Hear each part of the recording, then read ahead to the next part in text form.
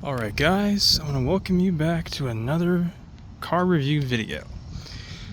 So this will be my third video reviewing my cars, and my lights just turned off. In my last video I did a night drive of my 2019 Toyota Avalon, and in this video I'm going to do a video about this right here. This is my 2004 Toyota Sequoia limited four-wheel drive V8. So I've had this thing for a little over 2 years now. I have put close to 40,000 miles on this thing in only 2 years, and you know, I have driven this thing hard. I've enjoyed my 2 years with this truck. I love this truck. I think this is Toyota's second best vehicle. That's a hard argument to say, right? People love the 4Runners. People love the Land Cruisers. People don't really love the Sequoias, though. The Sequoias have always been more of the family hauler compared to, let's say, a Land Cruiser. The Land Cruisers, especially the 100 series, which does have the same engine, those are more for like luxury purposes, you know, just flaunting your status, I guess. But there are things about the Land Cruiser that I think are far better than this.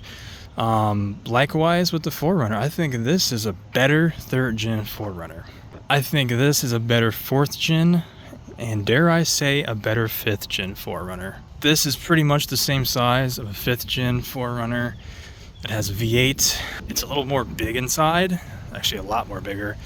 And it has similar dimensions on the outside. I mean, you're getting that V8, you're getting that great all-wheel drive. With these, not to get off topic, but these come with full-time 4-wheel drive that you can lock the center differential to act as part-time 4-wheel drive. In that respect, I think it's far superior than just a regular part-time 4-wheel drive system, because you can have that all-wheel drive and the part-time 4-wheel drive. Starting off with some brief history behind these things. So the 1st gen Sequoia ranged from 2001 all the way to 2008, I believe, 2007, 2008, one of those years. And these things have been facelifted. In 2005, the V8 got variable valve timing as well as a 5-speed transmission instead of a 4-speed. So that's a great benefit, a little bump in fuel economy as well as some power. I actually tried filming this video last week, and I have an issue with my hood latch release where it doesn't want to close sometimes. And I'll show that clip right here. I'll actually talk about the engine while I show the clip. Alright, so this is the bread and butter right here. This is the glorious 2UZ FE 47 V8. I got some cobwebs in here too, actually. I love this engine, guys. This is probably, in my honest opinion, the greatest engine ever made in history. And I'm not even talking about Toyota, I'm talking about in general, you know.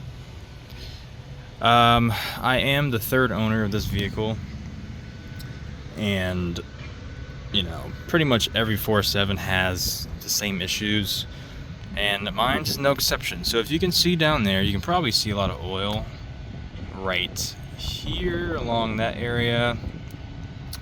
You can definitely see it back here. You can probably see it down there. It's a lot of oil. Basically what happens is the gaskets, they wear and then oil seeps out of them. So that sucks. Very expensive to replace. I'm not concerned about it because, like I said, I do eventually plan on getting rid of this vehicle. And spoiler alert, it has nothing to do with this engine. This engine is perfectly fine. I've never had any issues with it, except for one thing. Where is it at here? So this right here. You can probably tell all this white stuff. You're probably wondering what the heck's going on there, right? Well, if you look right here, do you guys see how low this is? Check this out. It's so low you can't even see it right here. So, fun fact, there is definitely some sort of leak somewhere. This has been low ever since I bought it 2 years ago. And I have literally done everything I could to my ability to remedy this situation. I don't know what exactly is the problem. I replaced the radiator cap from Toyota because I thought maybe it was a leak from the older one. I even filled up this coolant reservoir all the way where that pink line is. I filled it up there, and yeah, like 2 days later it's completely gone, and it's back down to where it is. You can probably get a better look right there. It is borderline empty. I filled this thing up several times and it just dropped back down to low, but it has never gone lower than what you just saw. So I don't know what the deal is with that. If you guys know, let me know in the comment section. This is a very dirty engine bay. My ABS works sometimes. But yeah, I actually just got the timing belt replaced last year, actually. Look at that. Last year in June, I got this baby replaced. I am currently at 277,000 miles. And yeah, she's running strong like never before. But the 4.7, this engine is absolutely bulletproof. You can find tons and tons of examples of any Toyota truck that has this engine with over 200 to 300,000 miles.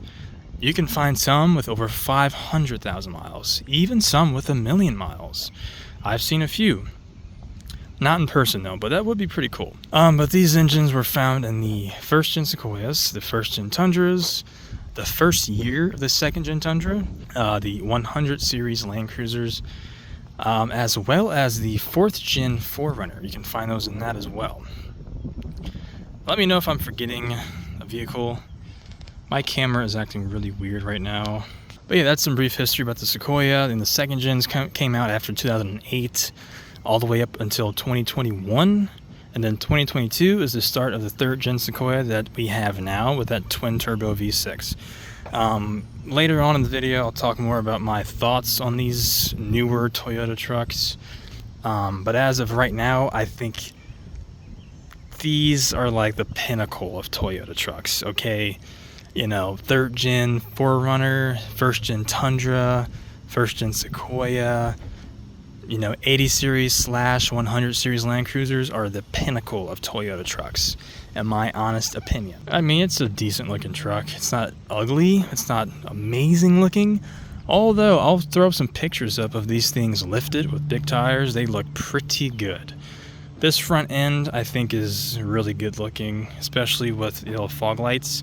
I'm actually going to cut right here so you can see the lighting. So I actually modified these a bit. When I first got this thing, I threw on yellow fog lights and LED bulbs, which look pretty cool. One thing to note about these first gens is that this rear hatch is prone to seizing up, meaning the handle will break off very, very frequently on these first gen Sequoias.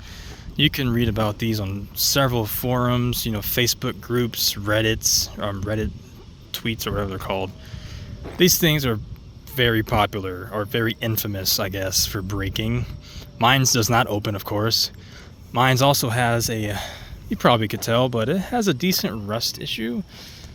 You got some rust spots here, some rust down here. This is rusting out. My frame is not looking the greatest. My mother actually knocked this. She backed up into a pole and just scraped it. This thing is my beater car. You know, when I first got this thing, it was my only car, so I, you know, took a lot of care of it. But in terms of the frame, this thing is fine.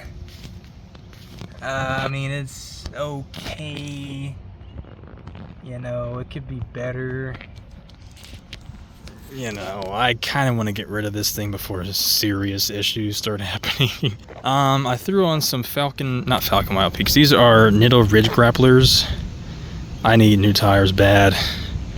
They're decent. They kind of suck in the winter time though. Yeah, so on to the interior of this 2004 Toyota Sequoia.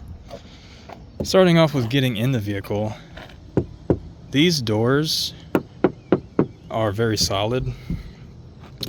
Opening these doors. This door is actually really heavy.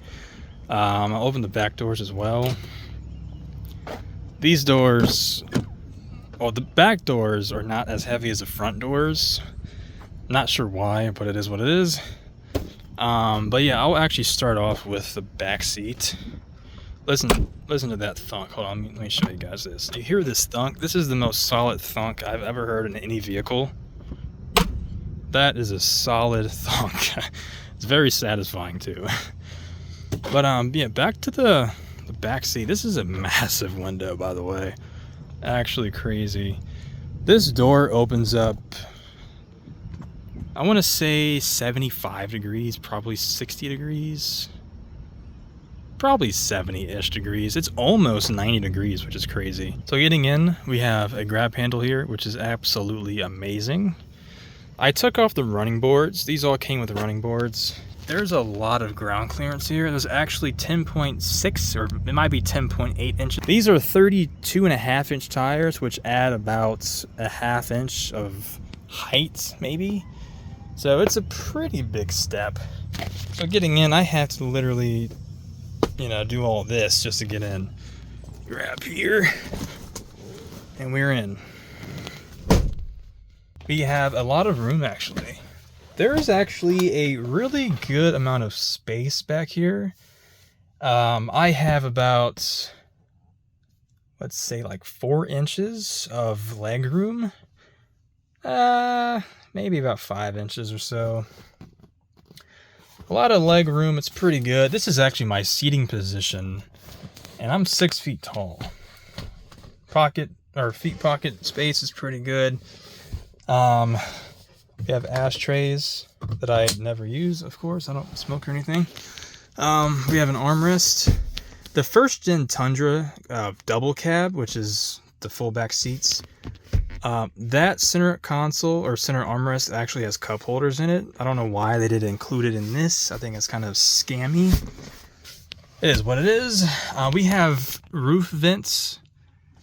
I actually have a TV back here, but it doesn't work because I don't have the DVD player that goes along with it, so I can't actually turn it on.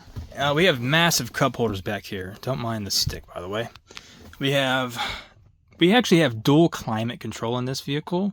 If you could get a first gen Sequoia with a DVD player in the back, you actually get I think it's an AC outlet in the back. If you guys can see, there is a slot right here, and you can plug in, it's a 2-prong outlet. So if you have a 3-prong outlet, it won't work, but you can plug in, you know, your computer charger or whatever back here. If you guys have one of those massive Essentia water bottles, or maybe a Stanley cup, or maybe a hydro flask, these can actually hold them. And not just the back ones, the front ones as well. It's actually pretty nice. This is set up kind of far, not extremely far. There's still some decent leg room up there, but look how much room is back here, guys. That's like a 1.5 foot of room. And to make things better, these seats recline. So if you see back here, there's a handle. This thing reclines. We are chilling back here. You know what I'm saying? Like, this is the perfect amount of leg room for any SUV, in my opinion. If you were to take a look at a second gen Tundra Crew Max, that back seat is actually a little too big, if I'm going to be honest. Also, the sunroof and these first gens are actually insane. They're like a third size of the actual roof of this vehicle, which is actually crazy. So yeah, getting into the third row, which I have taken out because these do come with third row seating. Pull this, lift this seat up. We have some under seat storage. I think I have like a battery pack down here. If you guys are ever wondering how to use these, you literally take the hook it right here. That's it. You can tighten it down and it will not fall. Usually I don't hook this one, but this I do hook because this entire seat comes down, and this seat is really heavy, so keep that in mind. But getting into the back, there's a lot of room back here. I have some junk back here. We got cup holders, some space, same thing with that side. We have a compartment back there, which I actually really love. I have a lot of stuff in there. Yeah, there's a lot of room back here. So basically, if you were to fold these seats up, here, I'll show you guys in a second. So for this seat, you pull this handle, and you pull this pulley, I guess, and then you pull it up. It's pretty heavy. Same thing with this. Just hook it on right here and tighten it down, of course. Look at this. Fun fact, if you get a twin size tri-fold mattress that is 6 feet long, it will fit perfectly back here. If you are 6 feet tall and under, you can actually sleep back here. It's actually pretty cool. You know, I had to vacuum this floor. It's kind of dirty.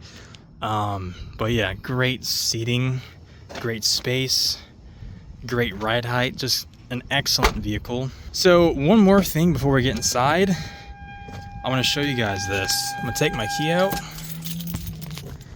If you get a key off Amazon, a key fob off Amazon, you can program this thing. And if you guys didn't know this about first gen Sequoias, this window slides down. This will make some noise, but you can actually hold this button down and the window will come down. Look, you just hold it down for like 2 seconds and it comes down. I'll be honest, I think this is the biggest opening for any of Toyota's trucks that has a rear sliding glass. This might be the biggest one. Compare this to the Tundra, first or second gen, even third gen. Even the second gen Sequoias, I think this might be the biggest. Just something to note. It might not be, it's just my opinion. I think it might be bigger. But you know, you get great space back here. You have a sliding glass. It's pretty cool. And I have a spoiler, by the way. This spoiler isn't on every first gen. So if you're looking for first gens, some of them will not have a spoiler. But starting with the front seats, you know, we have a decent pocket. This is actually the owner's manual. It's pretty thick. So yeah, that's pretty cool. You know, we have a really solid door. Toyotas and most vehicles were built better back then, okay? But in terms of the early 2000s, I think Toyota trucks were built way better than they are nowadays, okay? This is real leather. It's really nice. This is not extremely soft, but it's decent. Nothing on here is cheap plastic. Like, this feels like this is a rubber-ish material. It feels pretty nice. Everything feels great. This is like the only cheap part, but it still feels pretty solid. You know, this is carpeted, which I don't really understand that. But I mean, this door is heavy. It's crazy, right? We have a door tweeter here for your speakers, as well as down here. If you get leather seats in these first gens, these things are prone to tearing. This actually just started tearing not too long ago. The leather itself is kind of peeling. There's some serious cracking going on here. You got some cracking here. I try to keep these leather seats clean. I try to wipe them off and everything. Don't mind, that's my GoPro up there. But getting in, we have a nice grab handle. Now we're in. Close the door, listen to this thunk. Pretty solid, am I right? Also, when you get in, this, I'll show you guys in a second here. This actually illuminates green, which is pretty nice. So you can actually see what you're doing. Fun fact, if you didn't know this, I don't know about this for every Toyota vehicle, but for the first gens in particular, You can literally just crank it to the right without holding it and it will turn on. Ready for this? So that's pretty cool. But you have a nice storage pocket up here. You can lift this up. You have tons of space down here. It's pretty deep. You know, I kind of forgot to clean this out, but it is what it is. We have a stereo that sounds decent. Climate controls. Here's our 4-wheel drive, center differential lock, the clock. This is my Bluetooth transmitter. This is an ashtray holder, but I put change in there because I don't smoke. More cup holders, which are really nice. If you go to a fast food restaurant or something and you have to-go cups, you can put these in here perfectly and they fit great. These have 2-staged heated seats. This is high, this is low. They work really great, by the way. Now this right here is actually the transfer case shifter. Now how it works is, if you guys can get a better look here, there's L4, which is low range 4-wheel drive, there's neutral, and then there's high. So how this works is, what you do, by default this is rear wheel drive, 2-wheel drive. Then what you do is you press the 4-wheel drive button. It will engage 4-wheel drive, which is, I actually am in 4-wheel drive right now for reasons I'll explain later. When you engage this, these 4 wheels will illuminate, letting you know you're in 4-wheel drive. And then what happens is you are in all-wheel drive. Toyota can be deceiving with this sometimes. If you are concerned or curious about how these 4-wheel drive systems work in the first gens and second gen Sequoias, they are full-time or slash all-wheel drive. Basically what happens, you start in 2-wheel drive. You hit this button, you are in all-wheel drive, meaning you can drive on pavement. You can go as fast as you want in 4-wheel drive. 4-wheel drive, it's actually all-wheel drive. You can drive on pavement with this.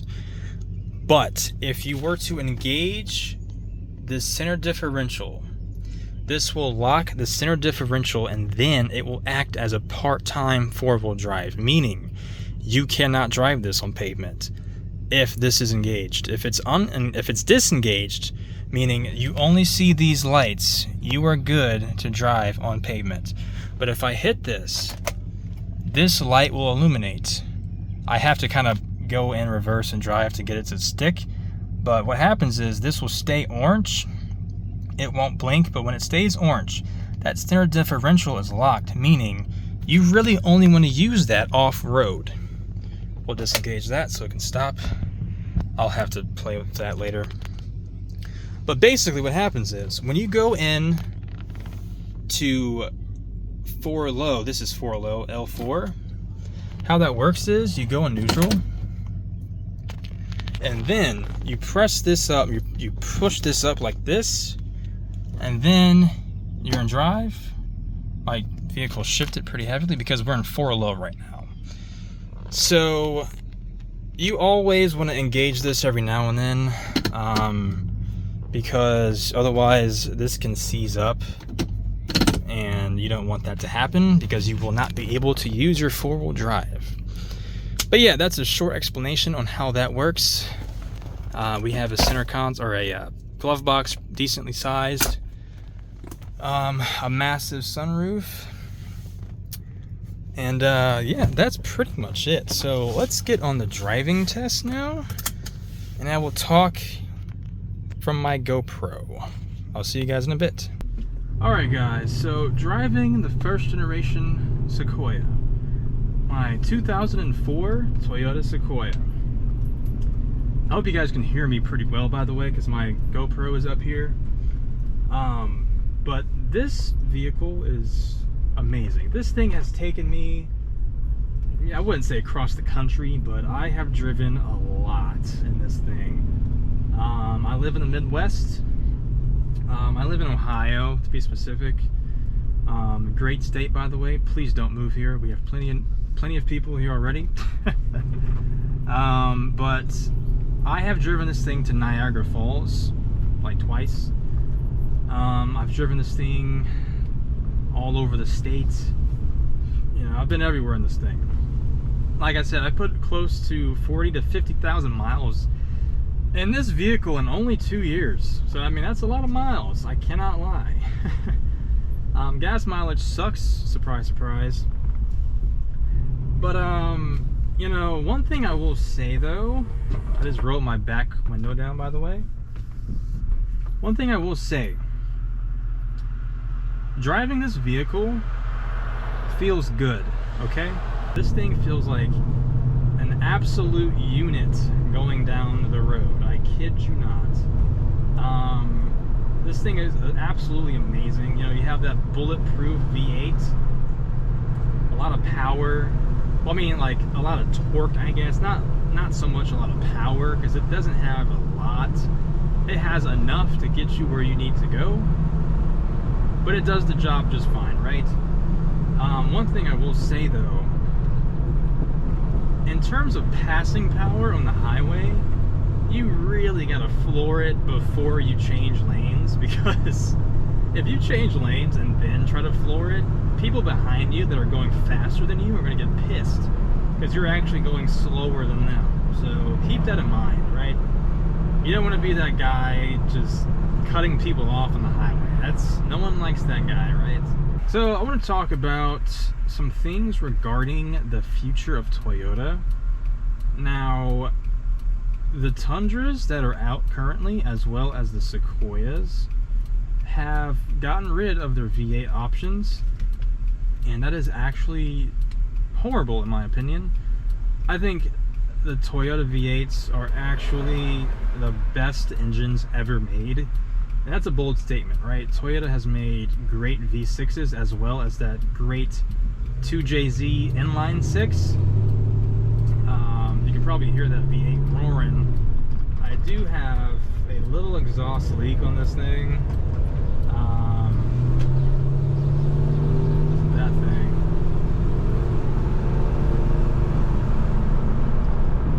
Sounds great, don't she? A healthy V8. Throw all these windows up so you guys can hear me better. One thing to note is that this thing is loud. Like, with all the windows up and you're on the highway, you know, you can't really hear anybody talking to you if somebody's in the back seat. You know, God forbid someone's in the third row, you will not hear them. They have to scream so you can actually hear them. Or that just might be my hearing, I don't know. Yeah, like I was saying, the Toyota V8s are the best engines ever made in my opinion.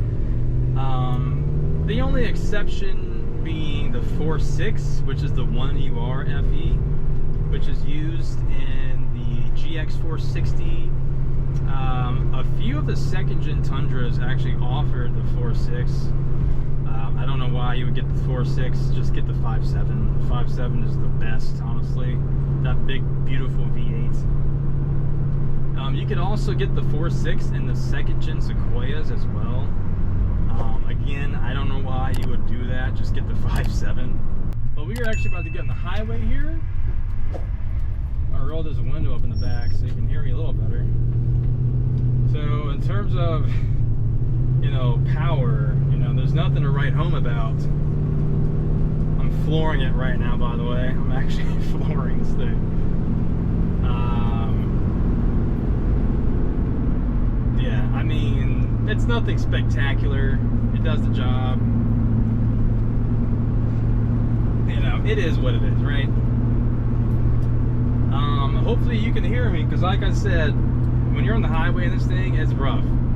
Especially the fact that I have these all-terrain tires on does not help, because, fun fact, when I first installed these tires, I kid you not, I had the windows down on the highway, and I thought there was a semi-truck next to me, but it wasn't. It was just me.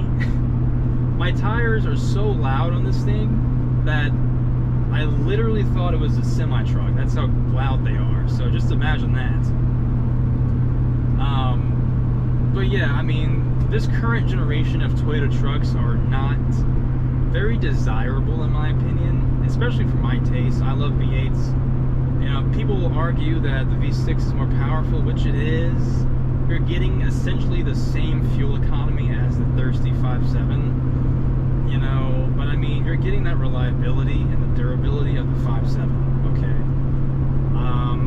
As of recently, Toyota just recalled like 100,000 Tundras and Sequoias because their 3.4 V6 blew up or it's having some serious issues, so I thought that was kind of hilarious. But I mean, hey, look, when the 5.7 first got introduced, those things had problems too, so you can't totally knock Toyota for that, because when a car manufacturer comes out with a new product, they're going to have issues, okay? That's why I always suggest you wait 2 to 3 years before buying a new generation vehicle, because of potential issues you can have, right? So always be wary with these things.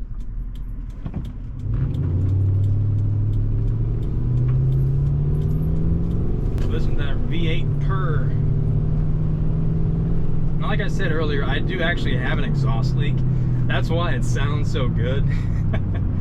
Well, not just that. I actually just remembered my catalytic converter, or at least one of them, actually rotted off because it was so rusty.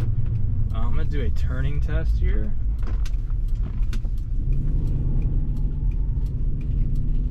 Not too bad. Ah, yes. I love revving this thing up, man. It's just great. That V8 is just amazing. We're gonna floor it on the highway here.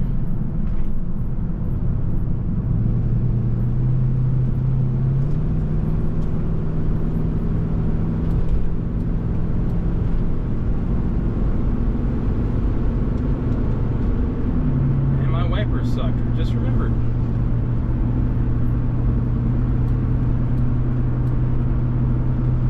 Would I buy this vehicle again in better condition? That is a hard question, actually. As much as I love these first-gen Sequoias, you know, I don't really like dealing with rotting out frames. You know what I'm saying? It's not very fun. Because you spend your hard-earned cash on a vehicle, you do your inspection before you buy it, you think everything is good to go, only to realize that the frame was rotting from the inside out. You done screwed up because there was something wrong with this vehicle and you already bought it, you know? So please there are a lot of people getting pulled over today, huh? So please be cautious with buying these old vehicles, specifically Toyota trucks. You just don't want to get yourself into something you will regret, okay? The last thing you want is to buy something with your hard-earned cash only to realize that it's a piece of crap. Okay, there is one thing that happened that I will always remember. So one day I was coming home from work and I saw a car smoking off the shoulder of a highway, right? I was like, oh wow, what's going on here, right? And then I realized the car was a piece of crap. It looked like it had been in a freaking tornado. You know, it's seen better days, for lack of better words, okay? As I drove past it, I kid you not, it had a 30-day tag on the back. Okay? Not only did I feel bad for the people who bought that thing, I feel bad for whoever drives past them to see that crap, because they probably feel bad for them. You don't have to be an expert or anything, but at least know what you're buying. Okay, if you're buying a first-gen Sequoia, do a lot of research, please. I don't want you to get scammed, okay? Same thing goes for first-gen Tacomas and Tundras and even third-gen 4Runners, right? Do your research for the love of God. I don't want you to get scammed, okay? There's a lot of people out here selling these rotted out rust buckets for a lot of money. You know, the exterior may look good, but the undercarriage is rotting out. Please don't do that, okay? So, you know, do your research, and just make sure you're buying a quality vehicle. But yeah, guys, I hope you enjoyed this video. Again, this is my 2004 Sequoia. Not sure what I'm going to title this video. It'll probably be something catchy, I guess, you know. But yeah, this is Hervé's Auto Reviews, and I will catch you all in the next one.